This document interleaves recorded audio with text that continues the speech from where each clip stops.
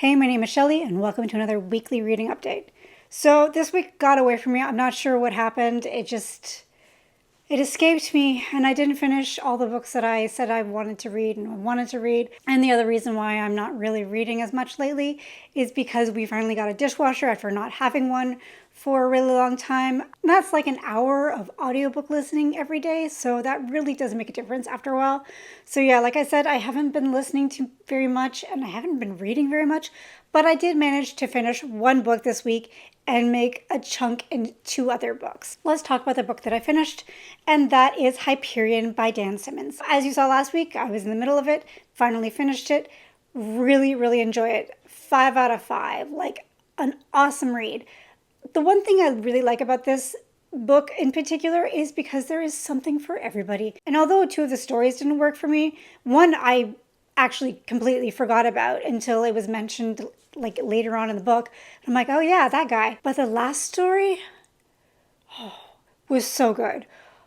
Talk about saving the best for last. Like, holy crap. That story was just absolutely amazing. I would love to see a movie made out of that. That would just be incredible. If there was ever a Hyperion adaptation, they have to include that story because it was so good and there was so much to take away from it. I had a blast with this book, and I'm so glad that I listened to the audiobook, and because the audiobook really brought these characters to life. I have really awesome timing because the Broken Binding edition was just released, and I finished this, I think, the day it was released. So I really jumped on that. So I am so ecstatic that I'm going to be having that lovely edition. And I think that they're going to be doing the rest of the series. So obviously I'm going to continue on with the rest of the series. I have heard from some friends that the first book was great, but they really enjoyed the second and third book. Then I heard the opposite. I've heard that people only like the first book. So I think it's a very personal taste.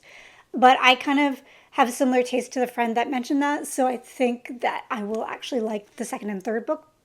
But honestly, if it's a step up from this, wow. So great. Highly recommend this. Like I said, 5 out of 5. Amazing. Next book I also mentioned on my last weekly update, and that is Obsidian Awakening by Sienna Frost. I said that I was going to read it, and I actually read it. Like, who knew? Like I mentioned before in my last reading update, I had no idea what this was about. I just knew it was a desert setting and multiple POVs. The way that the first chapter sets up, I'm like, oh great, it's a romantasy. So I'm like, okay, here we go. Okay, well, I'll give this benefit of the doubt. My gosh, that perception was like smushed down, stomped down, because by the end of that first chapter, you're like, what? It was just crazy. So I'm going to give a very brief synopsis. So this is in a desert setting, like I said, but in this desert, it's divided between the Black Desert and the White Desert, and we're following people from both sides. The White Desert, I can't remember which one's which. They're more like tribal deserts where they're broken up between a bunch of tribes and they kind of fight against each other, but their culture is so rich, so cutthroat, so honestly endearing. I love it. I love their culture. But yeah, like I would not want to be there because it is cutthroat. They do not care. They do not hold back their punches. They basically raise their children to survive in this very aggressive, unforgiving desert setting. And if you don't survive, that's just, you weren't meant to. And the people who do survive, they flourish. So that's the one side. The other side is following a conqueror who basically has this dream that he wants to unite the entire peninsula, because that's what I think it's called, the peninsula, and unite them as like one major kingdom or empire so it opens up equal trade. That sounds like a lovely dream, but he doesn't care about squashing these people's cultures and these people's traditions, and he just wants to take their land, basically. But he's justifying it. So we're following two of these different people, so many POVs on either side, and there is a lot of family drama as well, not to mention political intrigue. While I was reading this, I could not help compare it to a very famous series, and I feel like a lot of people compare it, but honestly, out of everything I've read, this book series is probably the most like it, and that is Game of Thrones or Song of Ice and Fire.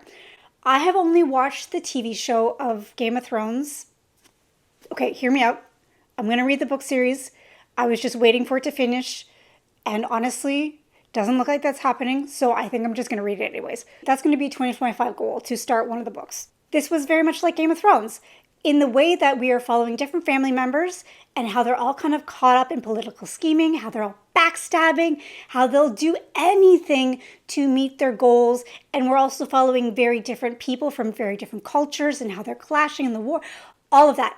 Very Game of Thrones. Like, honestly, if you're craving something similar, I highly recommend this. There is so many things to this, and it is a fantasy, so there is a fantasy element to it, but it's not really like, it's there, but it's kind of like in the background a little bit. It's not a forefront. As much as I have fun with people with crazy magical abilities, I think I like the more subtle magic. So although I'm loving this book, and I think I'm about 70% the way through, there are a few things I'm a little nitpicky about. One is the writing, and it's not that bad. It's actually quite good. It's just there's one writing style that I don't like, and I think a lot of authors do that, and it's head hopping in the middle of paragraphs or in the middle of chapters. Don't like that.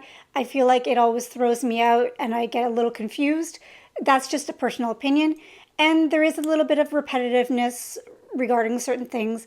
But honestly, this is a self-published book. Considering that, it doesn't have the touch of traditionally published book to be edited like 5 times before it hits the shelves, I think that's pretty amazing.